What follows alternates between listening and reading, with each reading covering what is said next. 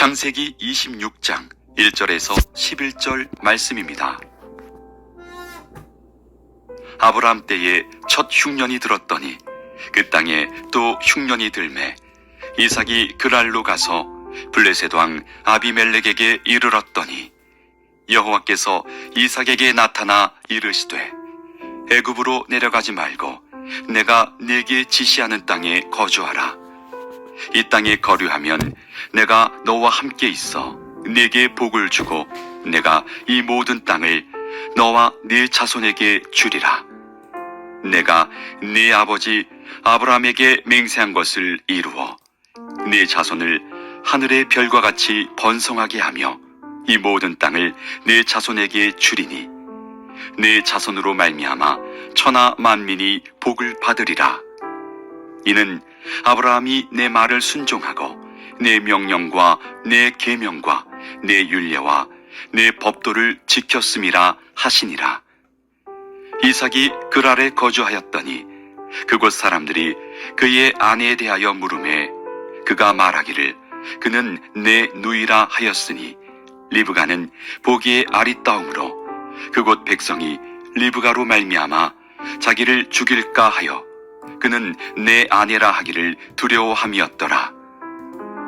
이삭이 거기 오래 거주하였더니 이삭이 그 아내 리브가를 껴안은 것을 블레셋 왕 아비멜렉이 창으로 내다본지라. 이에 아비멜렉이 이삭을 불러 이르되 그가 분명히 내 아내거늘 어찌 내 누이라 하였느냐. 이삭이 그에게 대답하되 내 생각에 그로 말미암아 내가 죽게 될까 두려워하였음이로라. 아비멜렉이 이르되 내가 어찌 우리에게 이렇게 행하였느냐. 백성 중 하나가 내 아내와 동침할 뻔하였도다. 네가 죄를 우리에게 입혔으리라. 아비멜렉이 이에 모든 백성에게 명하여 이르되 이 사람이나 그의 아내를 범하는 자는 죽이리라 하였더라. 여러분, 펄벅 여사라는 분을 들어보셨죠? 한국을 또 각별히 사랑해서 한국인들 사이에서도 유명하신 그런 분이십니다. 6.25 전쟁 직후에 1960년부터 75년까지 한국에 재단을 세우고 고아들을 돌보았던 그 소사희망원이라는 곳에서 고아들을 돌보았던 그런 분이십니다.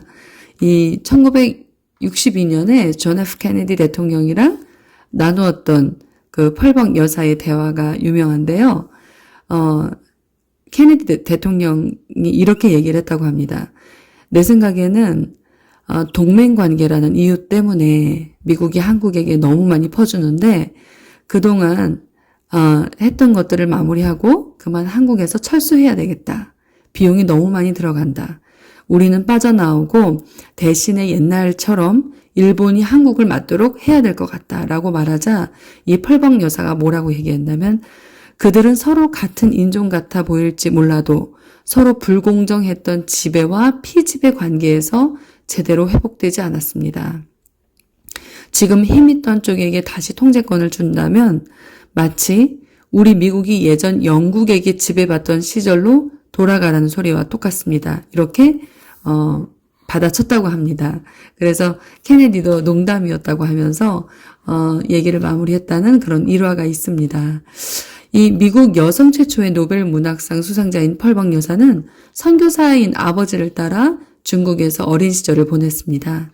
어느 해에 심한 가뭄이 들었을 때의 일입니다. 아버지가 먼 여행에서 집을 비운 사이 마을에는 이 백인인 펄벅 여사의 어머니가 신을 분노하게 만들어서 가뭄이 계속된다는 소문이 돌았습니다. 사람들의 불안은 점점 분노로 변해서 어느 날 밤 펄벅의 집으로 다 몰려왔습니다. 이 소식을 먼저 전해들은 펄벅 여사의 어머니는 집안에 있는 찻잔을 모두 꺼내서 차를 따르게 하고 케이크와 과일을 접시에 담게 했습니다. 그리고 대문과 집안의 모든 문을 활짝 열어두고 아이들과 함께 거실에 앉아 있었습니다. 마치 오늘을 준비한 것처럼 어린 펄벅에게 장난감을 가지고 놀게 하는 어머니는 바느질감을 들고 바느질을 하기 시작했습니다. 잠시 후 거리에 함성이 들리더니 몽둥이를 든 사람들이 열린 대문을 통해 단숨에 거실로 몰려 들어왔습니다. 사람들은 굳게 잠겨 있을 것이라고 여겼던 문이 활짝 열려 있자 좀 어리둥절한 얼굴로 방 안을 들여다보았습니다. 그때 어머니는 정말 잘 오셨어요. 기다리고 있었습니다. 어서 들어와서 차 한 잔이라도 하세요. 라며 정중하게 차를 권했습니다. 그들은 멈칫거리다가 못 이기는 척하면서 들어와 차를 마시고 케이크를 먹었습니다. 천천히 차를 마시며 그들은 구석에서 천진난만하게 놀고 있는 아이와 어머니의 얼굴을 한참 바라보다가 그냥 돌아갔다고 합니다. 그리고 그날 밤 그토록 기다리던 비가 내렸습니다. 하나님께서 은혜를 베풀어 주셨죠. 훗날 어머니는 어른이 된 펄벅 여사에게 그날 밤의 두려움을 들려주었습니다. 그리고는 만약 도망칠 곳이 없는 막다른 골목이 아니었다면 그런 용기가 나지 않았을 것이라고 말했습니다. 여러분 혹시 지금 인생에 도망칠 곳이 없는 막다른 골목에 놓여 있는 분이 계십니까? 걱정하지 마세요. 하나님께 초집중할 수 있는 기회이며 하나님께 귀한 지혜를 얻을 수 있는 기회입니다. 문제는 내 안에 있는 두려움이 문제입니다. 디모데후서 1장 7절에 보시면 하나님이 우리에게 주신 것은 두려워하는 마음이 아니고 오직 능력과 사랑과 절제하는 마음이라고 하셨습니다. 할렐루야. 능력과 사랑과 절제하는 마음을 붙드시기를 바랍니다. 이겨내시기를 바랍니다. 이삭은 오랫동안 거주했던 부엘라헤로이에 닥친 큰 기근을 피해서 블레셋 땅인 그랄로 이주했습니다. 1절을 한번 보실까요? 아브라함 때 첫 흉년이 들었더니 그 땅에 또 흉년이 들매 이삭이 그랄로 가서 블레셋 왕 아비멜렉에게 이르렀더니 이 1절은 우리에게 1세기 전에 아브라함 때에 아브라함이 했던 행동과 지금 다시 흉년을 맞이했던 이삭의 행동을 비교할 계기를 마련해 줍니다. 여러분 기억해 보세요. 아브라함은 큰 흉년 때 어떻게 행동했지요? 창세기 12장으로 다시 돌아가 보면 애굽에 내려갔고 아내를 누이라고 하면서 잔머리를 썼고 사라를 취하려 했던 바로로 인해 애굽 땅에 큰 재앙이 내리게 되고 아브라함은 결국 애굽을 빠져나오게 되죠. 하나님은 이 일을 상기시키시면서 2절에 보시면 이삭에게 아버지 아브라함처럼 애굽으로 가지 말라고 하십니다. 2절을 한번 보실까요? 여호와께서 이삭에게 나타나 이르시되 애굽으로 내려가지 말고 내가 너에게 지시하는 땅에 거주하라. 그러시면서 아브라함에게 약속하신 그 언약을 확인시켜 주십니다. 3절과 4절이 바로 그 언약입니다. 내가 너와 함께 있어 복을 주고 약속의 땅을 주고 번성케 하리라 하는 말씀이었습니다. 여기서 우리는 첫 번째 두려움과 그 두려움에 대처하는 교훈을 발견하게 되는데 첫 번째로 육신을 가지고 있기 때문에 찾아오는 두려움입니다. 흉년 가뭄으로 인해 두려움이 생길 때 우리가 붙드는 것은 하나님의 약속이라는 것입니다. 여러분 예수님께서 40일 금식하신 후에 마귀에게 처음 당하신 시험이 무엇이죠? 네, 맞습니다. 돌로 떡을 만들어라. 우리 육체는 먹지 않고는 살 수 없기에 늘 어려움에 직면하게 됩니다. 아주 쉽게 넘어가죠. 그래서 어제 본문에 이삭의 큰아들에게도 너무 배가 고파서 팥죽 한 그릇에 장자의 명분을 팔아 넘겼습니다. 예수께서 말씀 전하실 때에 오병이어로 5,000명을 먹이신 사건은 인간이기의 육신을 가지고 있기에 가진 한계를 잘 드러냅니다. 이런 것들은 그저 대표적으로 먹을 것만 표현한 것이지 사실 우리는 한계를 가진 육신을 가지고 있기에 채워져야 하는 것들이 너무나 많습니다. 그래서 예수님은 마태복음 6장 31절 이후에 이렇게 말씀하십니다. 그러므로 염려하여 이르기를 무엇을 먹을까, 무엇을 마실까, 무엇을 입을까 하지 말라. 이는 다 이방인이 구하는 것이라. 너희 하늘 아버지께서 이 모든 것을 너희에게 있어야 할 줄을 아시느니라. 그러므로 너희는 먼저 무엇을 구하라고 하셨죠? 그의 나라와 의를 구하라. 하나님 보시기에 먹고 입고 마실 것을 구하는 게 당연히 줄 것인데 그렇게 목숨처럼 구하는 모습이 너무 애처롭고 중요하지 않은 것을 마치 첫 번째인 것처럼 구하는 것이 안타까웠던 것이죠. 그러므로 내일 일을 위하여 염려하지 말라. 내일 일은 내일 염려할 것이요. 한날의 괴로움은 그날로 족하니라. 할렐루야. 우리 육신은 한계를 느낄 때마다 구하는 것은 그의 나라와 그의 의임을 기억하시기를 바랍니다. 여러분, 하나님의 나라와 하나님의 의는 더 구체적으로 어디에 있습니까? 하나님의 약속, 하나님의 말씀입니다. 아무리 강조해도 지나치지 않습니다. 자, 두 번째로 우리가 집중해야 될 것은 바로 사람에 대한 두려움이 우리에게 있다는 것입니다. 하나님은 이삭에게 아브라함을 상기시키시면서 3절과 4절에 하나님의 약속을 붙들어라. 내가 너와 함께 있어 내게 복을 주고 번성하게 되고 천하 만민이 복을 얻으리라. 열심히 이삭에게 흔들리지 말라는 교훈하셨는데 웬걸요? 6절과 7절 한번 볼까요? 이삭이 그랄에 거주하였더니 그곳 사람들이 그의 아내에 대하여 물으매 그가 말하기를 그는 내 누구라? 누이라. 리브가는 보기에 아리따움으로 그곳 백성이 리브가로 말미암아 자기를 죽일까 하여 그는 내 아내라 하기를 두려워함이었더라. 하나님이 약속하신 말씀에 바로 힘 빠지도록 금방 두려워져서 아브람처럼 아내를 누이라 하는 이삭의 모습을 발견하게 됩니다. 마치 주일 아침에 주일 예배 열심히 드리고 찬송하고 뜨겁게 기도하다가 교회 문을 나서는 순간 사람들과 마주치는 모습 속에서 막 다투고 분내고 성을 내는 우리들의 모습이 떠오르네요. 이삭이 하나님의 약속이 무한할 정도로 금방 아브라함과 같이 아내를 누이라고 했던 이유는 무엇일까요? 네, 바로 사람에 대한 두려움이 있었기 때문입니다. 다시 6절 보실까요? 이삭이 그랄에 거주하였더니 이삭이 블레셋 땅인 그랄에 살다 보니까 여러분 그 그랄 뜻이 거주지라고 하는 뜻입니다. 거주지는 사람들이 모여 사는 곳을 의미하는 것이죠. 사람들 속에 세상 사람들 속에 있다 보니까 이삭이 잠시 하나님보다는 사람들의 시선을 더 중요하게 느꼈던 것 같습니다. 7절 시작하는 단어를 한번 보실까요?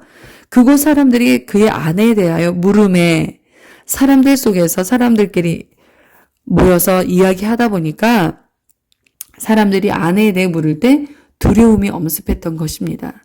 그래서 아내를 누이라고 바로 속이게 됩니다. 여러분, 사람들이 바벨탑을 짓기 시작했던 것을 한번 기억해 볼까요? 자, 우리가 우리 이름을 내고 흩어지지 말자. 하나님은 사람이 기준된 바벨탑 모임을 언어를 다르게 만드셔서 흩어버리십니다.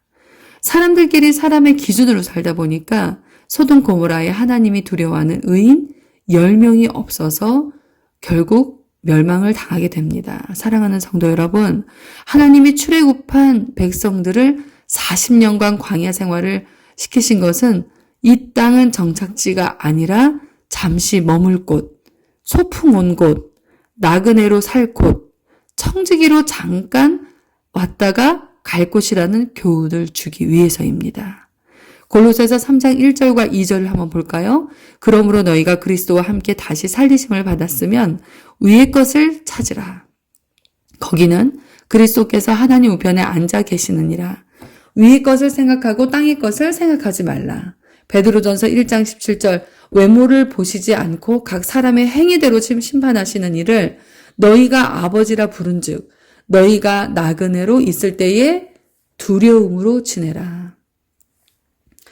이 사람에 대한 두려움을 해결할 방법이 3절에 나와 있습니다. 이 땅에 거류하면 내가 너와 함께 있어.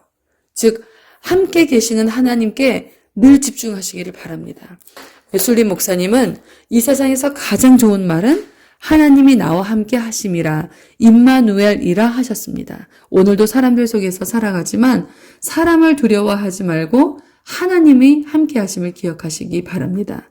사람은 사랑을 베풀어야 되는 존재라는 것, 그것만 기억하시기를 바랍니다. 세 번째, 마지막으로 죽음에 대한 두려움이 있었습니다. 7절 맨 뒷부분을 볼까요? 리브가로 말미암아 자기를 죽일까 하여 그는 내 아내라 하기를 두려워함이었더라. 자기를 죽일까 하여. 여러분, 인간에게 가장 큰 두려움이 뭡니까? 바로 죽음에 대한 두려움입니다. 우울증이 심한 사람이 스스로 목숨을 끊어야겠다 하고 공사장 높은 곳에 올라갔다가 계단이 많은 것을 보고 두려워했고, 또 다시 더 높은 곳으로 올라가다가 계단 발을 헛디디면서 뭐라고 했는지 아십니까? 아이고 깜짝이야, 죽을 뻔했네 하고 다시 내려왔다고 하는 것입니다. 러시아 문호 도스토예프스키가 28살 때 내란 음모죄로 사형 선고를 받게 됩니다. 그는 영하 50도가 넘는 겨울날 현장에 끌려와 기둥에 묶였습니다. 사형 집행을 생각하며 시계를 보니 땅 위에 살 수 있는 시간이 딱 5분이 남아 있었습니다. 28년을 살아왔지만 단 5분이 이렇게 천금 같기는 처음이었습니다. 이제 5분을 어떻게 쓸까 생각해 봤습니다. 형장에 함께 끌려온 동료들에게 인사를 하는데 2분, 오늘까지 살아온 인생을 생각하는데 2분을 쓰기로 했습니다. 남은 1분은 이 시간까지 발붙이고 살던 땅과 자연을 둘러보는데 사용하기로 했습니다. 작별 인사를 하는데 2분이 흘렀습니다. 이제 삶을 정리하자니 문득 3분 뒤에 어디로 갈 것인가 하는 생각이 들면서 눈앞이 캄캄하고 정신이 아찔했습니다. 다시 한번 살 수 있다면 순간순간을 정말 값지게 쓰련만. 이윽고 탄환을 장전하는 소리가 들려왔습니다. 바로 그때 형장이 떠들썩하더니 한 병사가 흰 수건을 흔들며 달려오고 있는 것이었습니다. 황제의 특사령을 받고 온 병사였습니다. 사형을 면하게 된 도스토예프스키는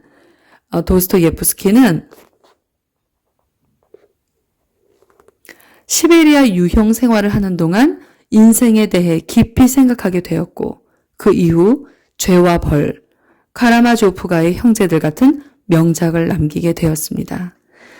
인간의 가장 큰 한계인 죽음을 이기시고 부활의 첫 열매가 되신 예수님은 죽음에 대한 두려움에 있는 우리에게 이런 말씀을 주셨습니다. 요한복음 14장 1절에서 3절입니다. 너희는 마음에 근심하지 말라. 하나님을 믿으니 또 나를 믿으라. 내가 하나님 집에 거할 곳이 많도다. 그렇지 않으면 너희에게 일렀으리라. 내가 너희를 위하여 처소를 예비하러 가노니 가서 너희를 위하여 처소를 예비하면 내가 다시 와서 너희를 내게로 영접하여 나 있는 곳에 너희도 함께 있게 하리라.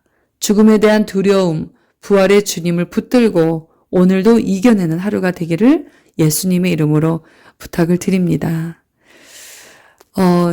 기독교가 타종교와 비교했을 때, 물론 우리 예수님은 종교를 국한하기에는 너무나 큰 전능자이시고 우리의 참 아버지가 되시지만, 저는 기독교가 가장 좋은 이유가 우리에게 자꾸 근심하지 마, 걱정하지 마, 즐거워해, 기뻐해, 이런 명령을 주는 신이 세상에 있을까요? 이러한 명령이 신에게 어떤 유익이 있을까요? 자녀가 기뻐할 때 더 기쁜 사람이 누구지요? 네, 바로 부모님입니다. 하나님은 하나님을 따르는 사람들을 정말 너무 사랑하시기 때문에 우리가 기뻐할 때가 가장 좋으셨던 겁니다. 우리가 기뻐하고 행복할 때가 가장 안심이 되시는 겁니다. 여러분, 그 하나님의 사랑 붙드시고 오늘도 승리하시기를 바랍니다. 사랑의 하나님, 우리에게 오늘도 귀한 하루를 주심을 진심으로 감사드립니다. 두려움은 하나님으로부터 오는 것이 아님을 우리가 모두 다 알고 있습니다. 제 자신을 이렇게 따로 떼어놓고 들여다보는 하루가 되기를 원합니다. 내 안에 어떠한 두려움이 있는지를 보기를 원합니다. 그 두려움의 원인이 어디로부터 오는지를 알기를 원합니다. 하나님, 내 마음에서 두려움을 제거해 주시고 두려움을 주는 그 근원과 원인을 제대로 파악하게 하사 죄와 두려움에서 멀어짐으로 하나님과 더욱더 가까워지는 오늘이 될 수 있도록 축복하여 주시옵소서. 예수님의 이름으로 기도드립니다. 아멘.